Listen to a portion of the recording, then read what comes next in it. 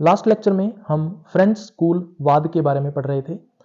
इस लेक्चर में हम फ्रेंच स्कूल वाद को कंटिन्यू करेंगे। तो ये जो वाद है फ्रेंच स्कूल वाद, ये फ्रांस में मान्य है, जबकि अगर अपने अन्य देशों में चले जाएं तो वहां पर ये अमान्य है। ऐसा क्यों है? तो ऐसा माना जाता है कि फ्रांस के अंदर जो वातावरणीय परिस्थितियां ऐसी हैं कि ट्यूनिका व कॉर्पस में ये जो परतें हैं वो विकसित हो जाती हैं। लेकिन अगर अपने फ्रांस को छोड़कर किसी दूसरे देश में चले जाएं तो वहां पर वातावरणीय परिस्थितियां अलग हैं, जिस कारण से ट्यूनिका और कॉर्पस में ये जो परतें हैं उनका निर्माण नहीं होता है। तो इसलिए फ्रांस में तो इस वाद को माना जाता है, जबकि अन्य देशों में इस वाद को नहीं माना जाता। तो इसलिए ये जो वाद है वो एक विवादास्पद वाद है, अर्थात इसको ना तो मान्य किया गया है पूरी तरह से और ना ही इसको पूरी तरह से अमान्य किया गया है। तो ये एक विवादास्पद वाद है। अब इस फ्रेंच स्कूल वाद के अंदर एक उत्तक रसायन परीक्षण आता है या हिस्टोकेमिकल टेस्ट आता है।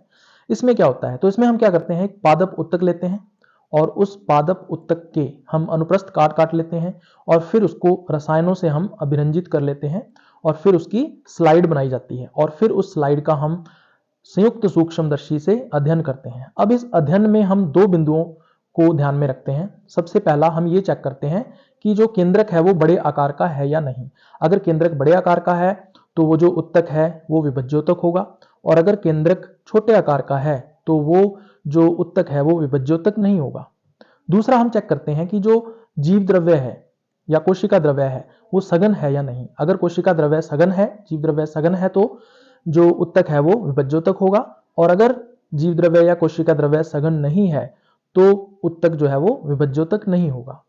तो ये हम उत्तक रसायन परीक्षण से निर्धारित करते हैं। उसके बाद दूसरा जो शब्द इसमें आता है वो आता है समसूत्री सूचकांक या माइटोटिक इंडेक्स।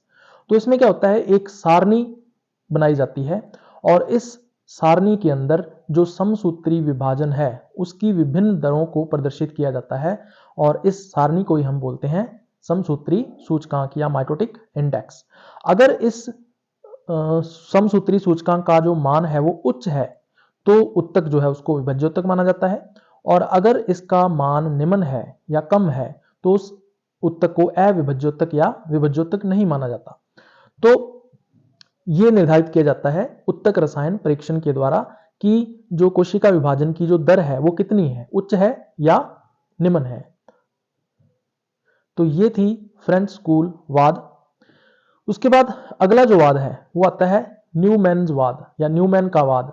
इसको आधुनिक वाद के नाम से भी जाना जाता है। ये जो वाद है ये प्ररोह शीर्ष के प्रकार पर आधारित है। इसके अनुसार जो प्ररोह शीर्षस्थ विभज्योतक है वो 3 प्रकार का होता है।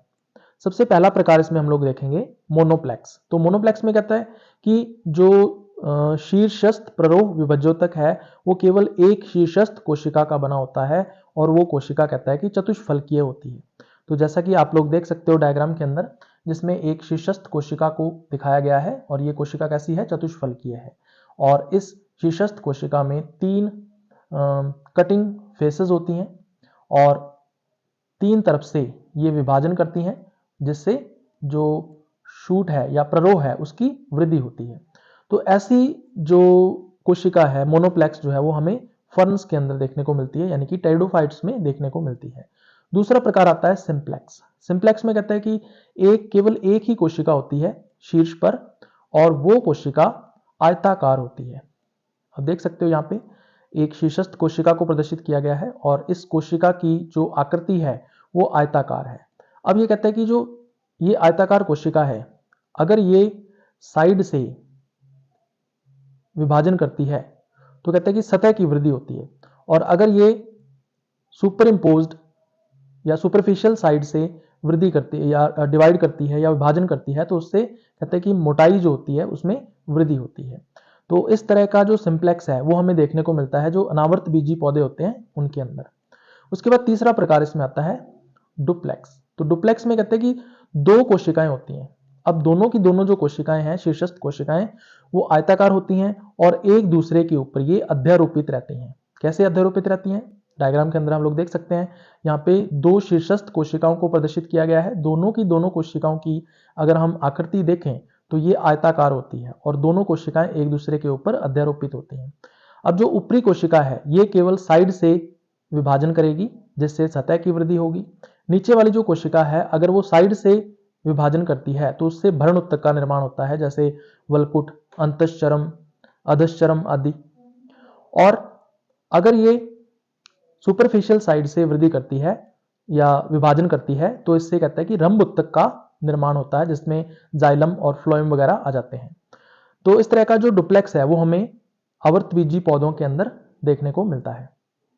तो ये कुल 7 वाद हैं जो प्ररोह शीर्षस्थ विभज्योतक के बारे में या उसके संगठन के बारे में दिए गए हैं। तो जिस तरह से प्ररोह शीर्षस्थ विभज्योतक के बारे में विभिन्न वाद दिए गए, उसी तरह से कहते हैं कि जो मूल शीर्षस्थ विभज्योतक होता है उसके बारे में भी विभिन्न वाद जो हैं वो विभिन्न वैज्ञानिकों के द्वारा दिए गए हैं। तो इनको हम एक एक करके यहाँ पे डिस्कस करेंगे। तो मूल शीर्षस्थ विभज्योतक जो है उसके बारे में कौन कौन से वाद हैं। सबसे पहला वाद इसमें आता है शीर्षस्थ कोशिका वाद। ये जो वाद है वो नेगली के द्वारा 1845 में दिया गया था। तो नेगली के अनुसार जो मूल शीर्षस्थ विभज्योतक है वो केवल एक ही कोशिका का बना होता है और ये कोशिका कैसी होती है, चतुष्फलकीय होती है। जैसा कि डायग्राम के अंदर आप लोग देख सकते हो यहाँ पे केवल एक शीर्षस्थ कोशिका को प्रदर्शित किया गया है जो कैसी है, चतुष्फलकीय है या टेट्राहेड्रल शेप्ड है। और इसकी कहते हैं कि 3 कटिंग फेसेस होती हैं और इन कटिंग फेसेस से ही कहता है कि ये विभाजन करता है, यानी कोशिका विभाजन सिर्फ यहीं से ही होता है और जिससे जो मूल है उसकी वृद्धि होती है। अब ये जो एपिकल सेल है या शीर्षस्थ कोशिका है ये केवल और केवल हमें टेरिडोफाइट्स के अंदर ही देखने को मिलती है। टेरिडोफाइट्स को अगर छोड़ दें तो जैसे अनावर्तबीजी पौधे हैं या आवर्तबीजी पौधे हैं उनमें ये कोशिका देखने को नहीं मिलती है। इसलिए इस वाद को अमान्य कर दिया गया या रिजेक्ट कर दिया गया, निरस्त कर दिया गया।